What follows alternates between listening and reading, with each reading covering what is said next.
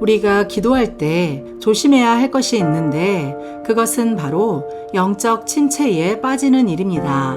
이를테면 기도하다가 도대체 언제까지 기도해야 되는 건가? 이렇게 기도한다고 무슨 소용이 있나? 이런 생각이 든다면 이미 영적 침체가 온 것입니다. 이것은 주님과의 교제 없이 기도를 어떤 행위로만 생각하니까 결국 영적으로 메마른 상태가 되는 것입니다. 그리고 이때 더욱 조심해야 할 것은 우리의 마음이 이런 영적 침체에 빠지도록 그냥 내버려 두는 것입니다.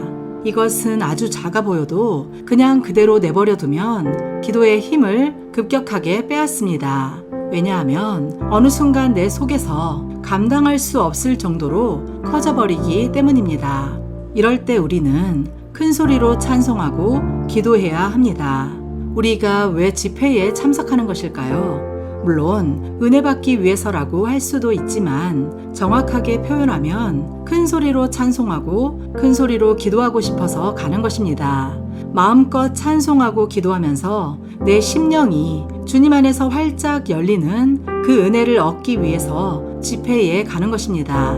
그때 주님이 우리를 강하게 만지시고 역사하시기 때문입니다.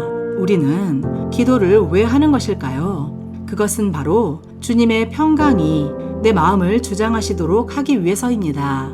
주님의 평강이 우리의 마음을 채우지 않은 상태에서 어떤 말이나 행동을 하고 결정을 하게 되면 그 대가가 쓰라리기도 합니다.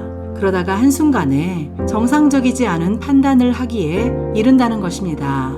그런데 기도를 하면 내 마음이 놀랍게 평강해지는데 이러한 평강은 주님이 함께 하시고 역사하신다는 확실한 증거입니다. 그리고 그때부터 하나님이 나를 통해서 일하시는 역사가 나타난다는 것입니다. 시편 42편은 영적 침체에 빠진 시편 기자의 고백입니다. 시편 42편 1절에서 2절 하나님이여 사슴이 시냇물을 찾기에 갈급함같이 내 영혼이 주를 찾기에 갈급하니이다.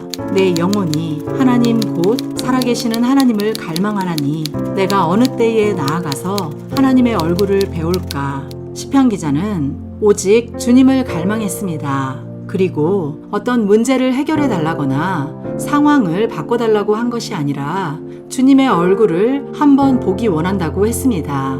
그렇게 주님을 간절히 갈망하는 중에 시편 기자의 영적 상태가 완전히 회복되었습니다. 즉, 주님을 원하는 사람은 반드시 그렇게 된다는 것입니다. 어떤 문제가 해결되기 전에 나의 심령이 먼저 회복되는 것입니다.